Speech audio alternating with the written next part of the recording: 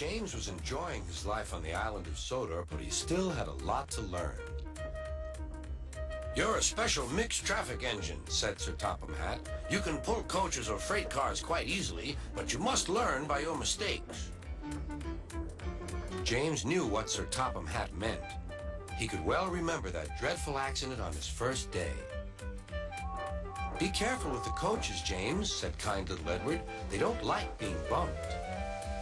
Everyone came to admire James. "I'm really a splendid engine," he thought, and suddenly let off steam.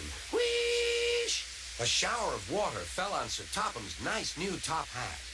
Just then the conductor blew his whistle, and James thought they had better go. Go on, he puffed to Edward. Don't push, replied Edward. The coaches were grumbling too. Don't go so fast, don't go so fast. But James didn't listen.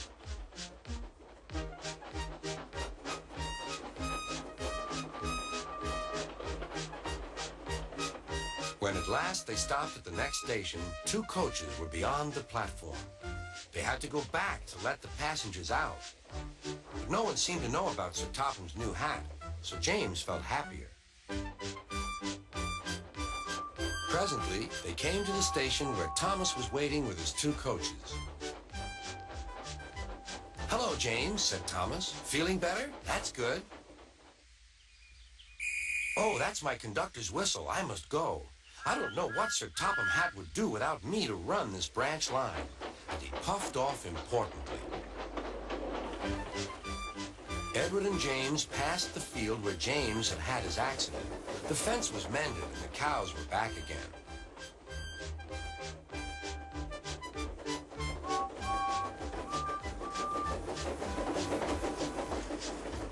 They ended their journey and rested before setting off for home. James was still wondering what Sir Topham would have to say about his new hat.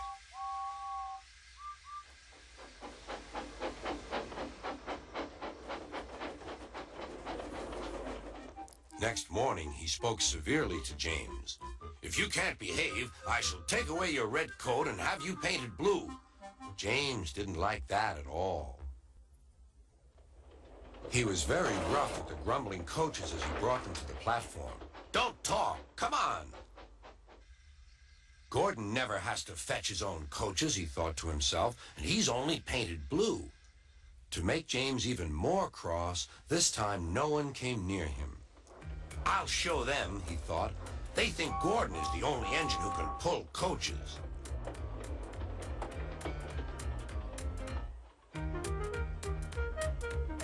"Hurry, hurry, hurry," puffed James. "You're going too fast, you're going too fast," replied the coaches. James laughed and tried to go faster, but the coaches wouldn't let him. "We're going to stop, we're going to stop."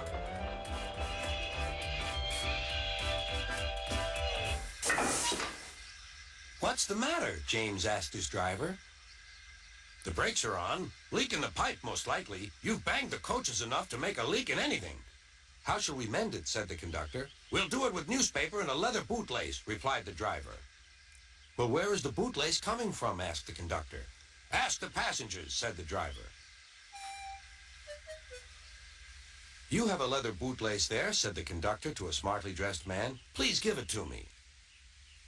"I won't." "Then I'm afraid the train will just stop where it is." The passengers all said what a bad railway it was. Then they told the man how bad he was instead. Everyone was very cross. At last he handed his laces over.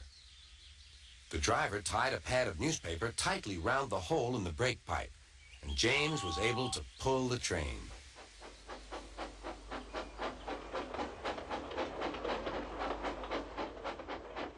But he was a sadder and wiser James and took care never to bump coaches again.